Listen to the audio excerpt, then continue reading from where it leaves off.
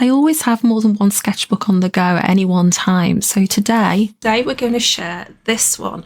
This was sent to me as a really kind gift by my friend Ohn Mar Win, who I befriended over on Instagram. And she sent it to me with the caveat that I must use it straight away and not leave it for precious. So hopefully I fulfilled that brief. Before we go in, this is a Hahnemuhle watercolour sketchbook with cellulose paper. It's 260 GSM cold press, so there's a little texture, and it has this nice hardback cover, which I have abused somewhat and repaired with bookbinding tape, and of course splash paint on the front of. Ohn Mar also kindly sent me a bunch of stickers and postcard art, so I felt it was only fitting that I put her paint palette sticker on my new sketchbook. And the first page is an ode to Ohn Mar, seeing as she gifted the book to me. This was a live stream painting cats in short timers, through silhouettes, limited palettes, negative space, just playing and exploring our media with the subject of cats. As always, it's always good fun spending time with Ohn Mar because she's so creative and helps you get out of your head and start creating on the page. One of the things that Ohn Mar and I share in common with our sketchbooks is putting a pre-prepared background down. And I actually prepped most of the sketchbook in one go. And you can see here the swirl of orange and red in the background is actually some watered down acrylic wash. So once it's set, it's permanent, it's not going to get lifted off. It's nice and vibrant, and I played around applying it with different things, as you'll see as we go through the sketchbook. But here I've used I've used my jelly plate after painting with a large paintbrush, these swatches, and then pressing it onto my sketchbook page. Firm favourite of sketchbookers is painting your art supplies. So here we have a little mixed media spread in the truest sense with some Neocolor 2s, a Derwent drawing in Persian grey, which is one of my ride or die all-time favourites, a lovely soft Princeton Neptune synthetic squirrel, therefore vegan watercolour brush. This is my mini airtight gouache palette that I take when I go out and about with my gouache. We've got some magnetic clips to hold my pages down. And here we have a new acquisition. This is a Catalyst by Princeton silicone spatula used for applying media and acrylic paint on canvases and boards. On this page, I'd pre-prepared by putting a very watery wash of acrylic wash down first, and then I went in with ink rather than paint to draw this male mallard duck. We have tons and tons of ducks in the university where I'm working at the moment, and they're never far away from my sketchbook pages either, so of course here we have a ducky. You can choose when it comes to pre-preparing your backgrounds to either fully incorporate it into your scene, to ignore it completely, or to just allow it to inspire you in the way that it is coloured or the shapes it forms. Take it as you will. It's there as a tool to help you get started. And I've incorporated a whole mix of them throughout the sketchbook. So sometimes I do ignore it completely, but in others I've used it as a deliberate device, keeping my duck in black ink only, using water to dilute it and get different values. We've got this lovely bright swathe of colour behind to give some interest to the piece. Next up is a pen and ink, then watercolour octopus. Ohn Mar was doing a sketchbook of sea creatures, and she posted this beautiful piece over on Instagram from a reference video she shared of this really magnificent octopus, and I really wanted to have a go and see what my watercolours would do on this paper. I remember not being thrilled with my results, but I really enjoyed the subject, and it's something I will return to. Plus it does take, this sketchbook takes watercolour really well, It is relatively absorbent, but not so fast that you're going to struggle to do mixes on your page, which is really handy when you're painting loosely like this. And you want to put down different strokes of colour and allow them to bleed together on the page with a little water without having to mix them with your brush directly. Sometimes the pre-prepared backgrounds don't really work, and I don't love the colour mixes here, but it is what it is, and I thought, sod it, I'm going to create anyway. And we have this gorgeous baby elephant that I illustrated using my dip pen with an indigo acrylic ink. Again, I've used a water brush to dilute some parts of it so that we get a mix in values throughout the piece. And I've used what was left on my water brush to add in a bit of a shadow and some suggestion of grasses. This was an en plein air piece that I did at a local cafe. I remember the lighting was really difficult and it was hard to get the values right, and I don't think I succeeded at all. But it doesn't mean that it's not a worthwhile practice. I do love painting in the wild, whether it's a coffee shop or outside in a field somewhere. But it's really challenging, mostly due to the lighting, I find. And this is a good example of when it doesn't really work. I could, of course, come back in and add a lot more dark tones to give a bit more structure to this. But I like it as it is. It just needs a little bit more work in the darkest darks area of the painting. This is a spread that I did following a prompt by Katie Moody to use acrylic inks on their own. And I wanted to use a non-lifelike palette. And I think that's a very Ohn Mar Win thing as well. Katie loves to work with really saturated paints, and Ohn Mar often uses very limited but very vibrant colour palettes. So it's kind of a mix of ideas from both of their work. I use, I think that is the primary magenta, yellow ochre and primary cyan acrylic inks from De La Rowney, the FW ones, I think. This scene is from Portugal. When Katie Moody went to teach a workshop out there, and she shared a lot of reference photos of the environment where she was staying. And I think this is the actual grounds from where the workshop, or retreat I should say, was held. I've started off just with some black ink on top of the prep background, and then gone back in with watercolour to add some flowers and some more details on the building. And I really like that. I feel that it gives that kind of Mediterranean vibe, and keeping the flowers nice and loose in the foreground keeps the attention on the building, which is the main subject here. Here we have a very gorgeous hen, and I'm really happy with how their expression came out. I think a lovely little character. And then on the other side, I experimented with a bit of negative space painting by laying down the background mostly, and then coming back in and putting in my flowers where I'd left space for them.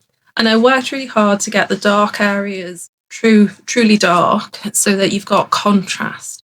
And I think this is just the right balance between abstract and semi-realistic. I'm quite happy with this for my floral work. That's my biggest area of weakness, without a doubt, in art. But this I really like.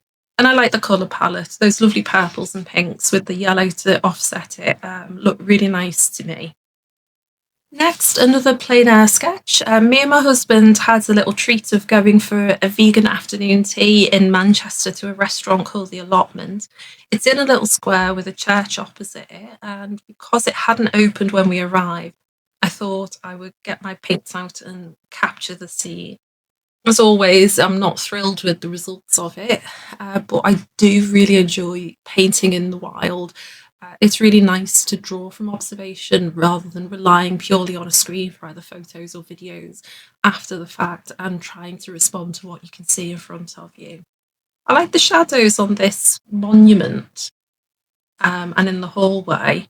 Then inside the restaurant, they had this beautiful display of foliage hanging from the ceiling, and I tried to capture it while we were waiting for our food, and it wasn't wholly successful. They had these really gorgeous artificial plants, all different exotic tropical varieties. And it was just this plethora of green, and I really loved it and thought, I really, really want to capture that. And I just couldn't get it to work on paper. But it was an experiment, and that's what Ohn Mar wanted me to do. She wanted me to just get on and have a go. So I did.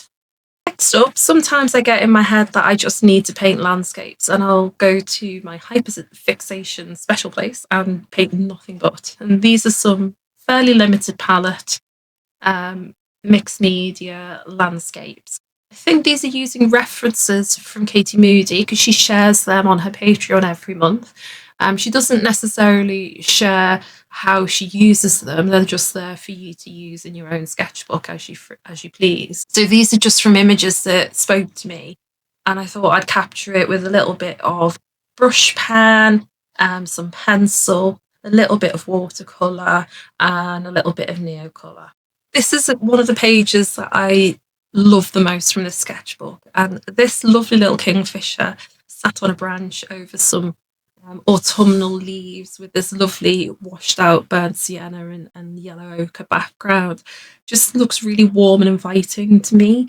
I believe we do have kingfisher local to us, literally being spotted down the road on which I live, but I've never been lucky enough to see them in person. So for now, I have to rely on reference images for these little beauties, but I'll never tire of painting them. The gorgeous combination of orange and that sort of phthalo turquoise colour is just irresistible to me. And now here's a fun thing. I used some leftover bubble wrap with my watered down acrylic wash to prep the background on this page.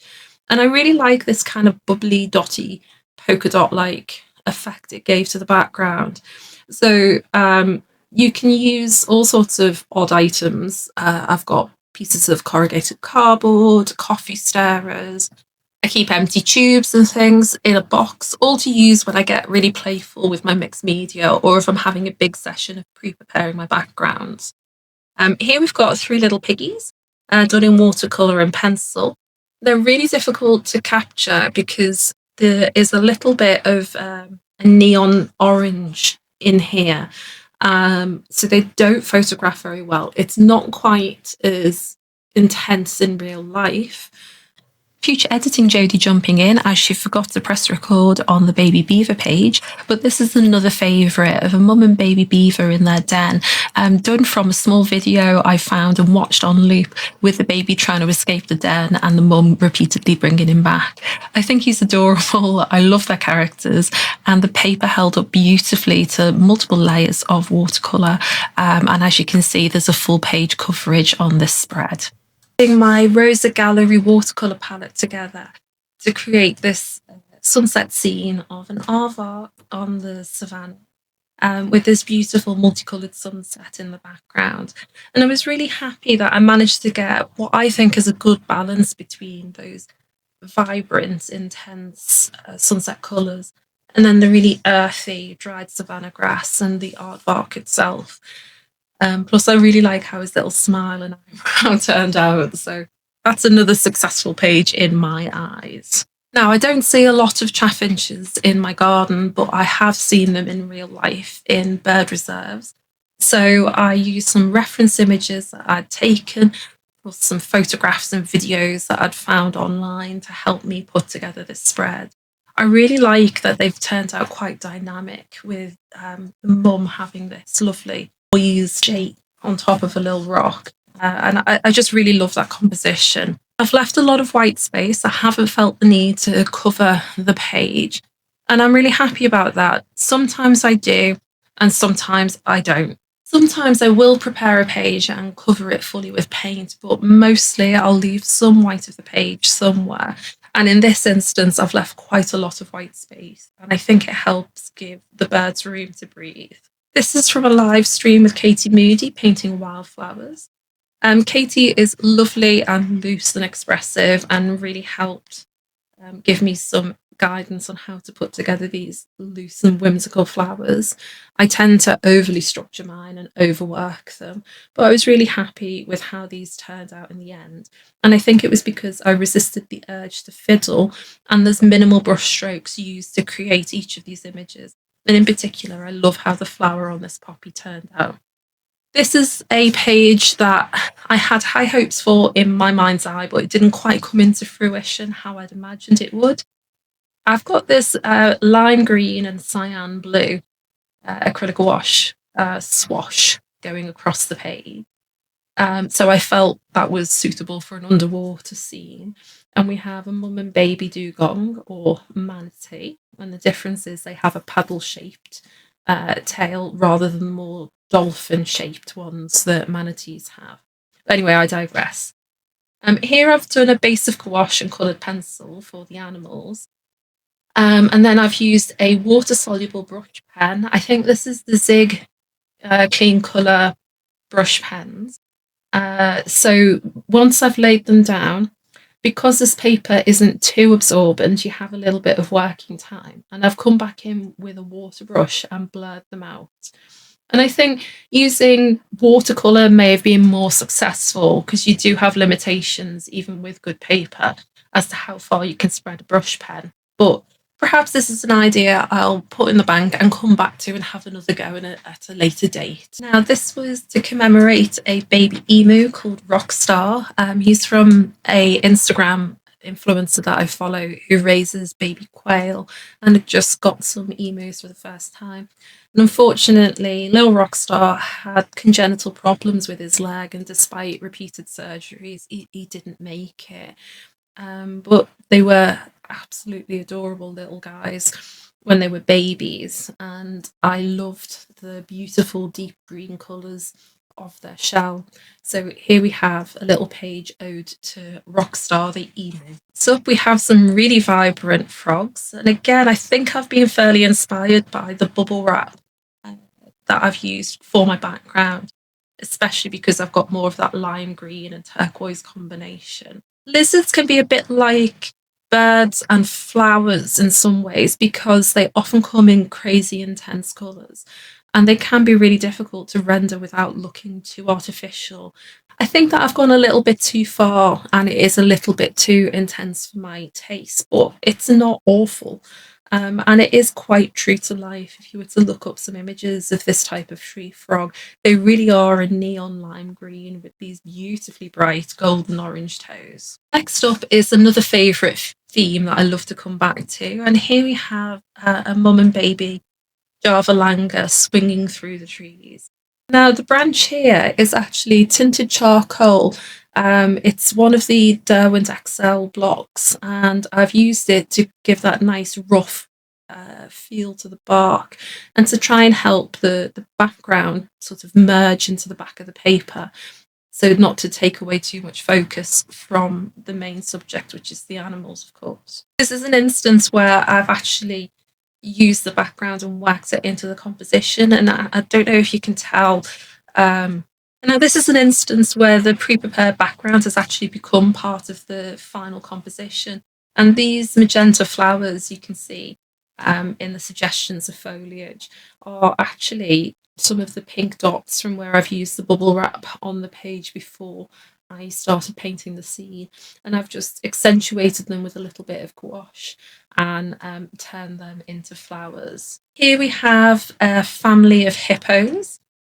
People that know me in real life know that I love hippos and have a teddy bear hippo called Thomas who comes everywhere with me. So you'll often find these guys in my sketchbook. I wanted to play with a limited palette and an unrealistic palette. I wanted to play with a limited and unrealistic colour palette. And I think that's one of the things that I love about illustrating animals, is that you can be really whimsical and playful, and there's no harm in branching out and taking the colours a bit further than what you actually see in real life. These are watercolour. I think this is some oil pastel that I've used on top to give some highlights. This is my favourite Peroline green gouache paint. And then we have a little more oil pastel to give some texture of the sandy floor that they're standing on, with some green coloured pencil to suggest some grasses in the background as well. Now, as I mentioned before, lizards can be a bit of a problem because of their super saturated coloration. And this guy was just a festival of neon and emerald and jewel coloured greens with a hint of purple and magenta. So again, I've responded to the colour that I've laid down on the page before I started and incorporated that into the composition. I'm actually really happy with how this guy turned out. Lizards aren't something that I've drawn an awful lot of. I've done some, but not anywhere near as many as the birds or mammals that you'll usually find in my sketchbooks. So sometimes they can come off looking a bit odd and proportions aren't quite right. But this I'm really happy with, and I feel he's good representation from the reference photo that I was using. This was a paint along with Katie Moody.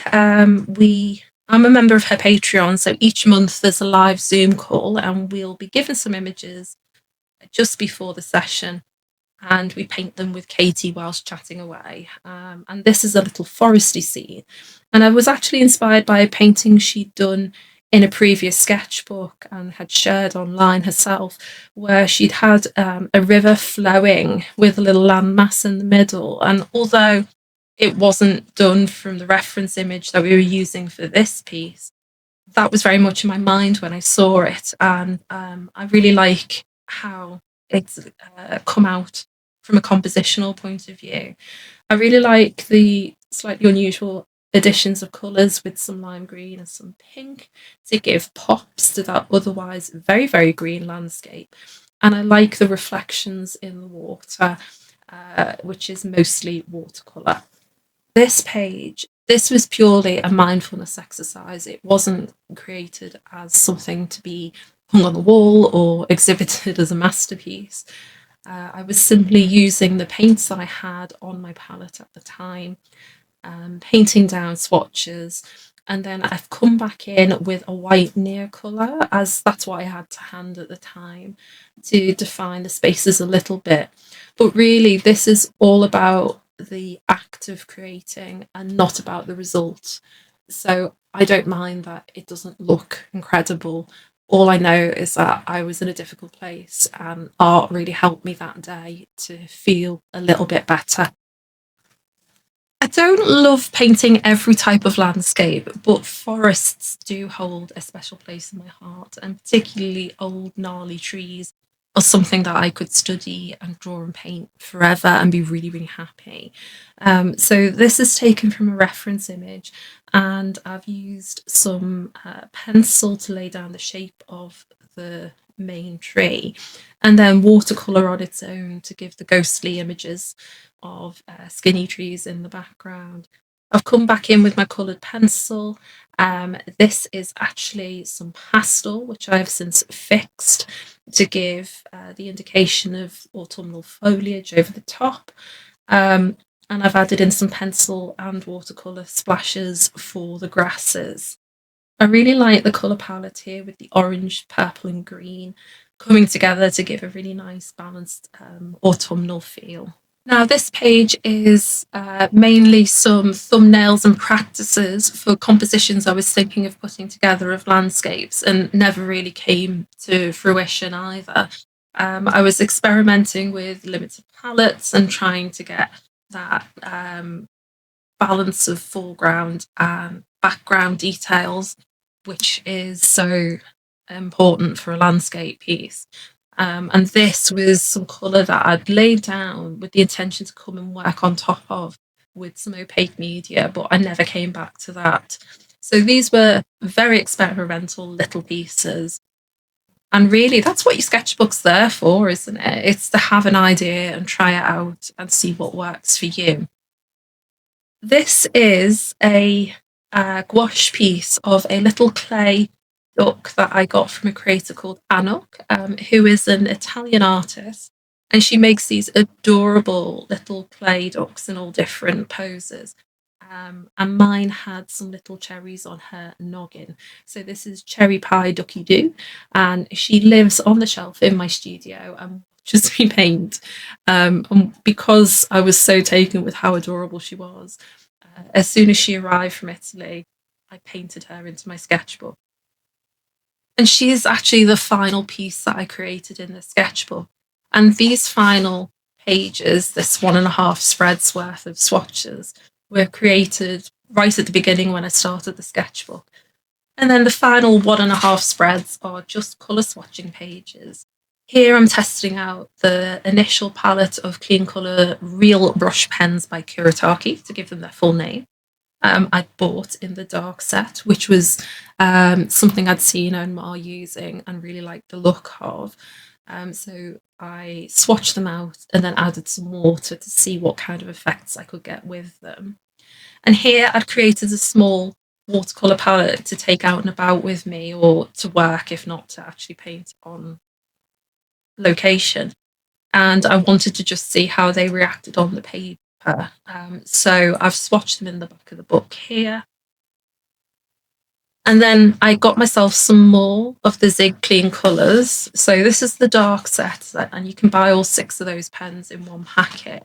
But I found somewhere to buy them individually, and I added these to my collection, and I felt that together I was quite happy and I didn't need to buy any more.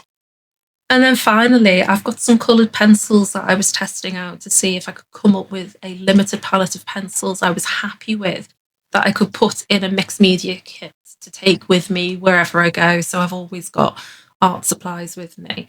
I wasn't happy with my choices, and I think I abandoned that idea fairly soon after this. But what's the back of the sketchbook for if it's not to experiment and swatch out your new supplies? There we have it. We have a completed sketchbook, thanks to the wonderful Ohn Mar, who is such an inspiration and so kind and generous. And her lovely gift has given me hours and hours of pleasure. So thank you very much, Ohn Mar. I love creating this, and I hope you enjoyed what I did with the book you gave me. Thanks ever so much for watching. See you soon. Bye.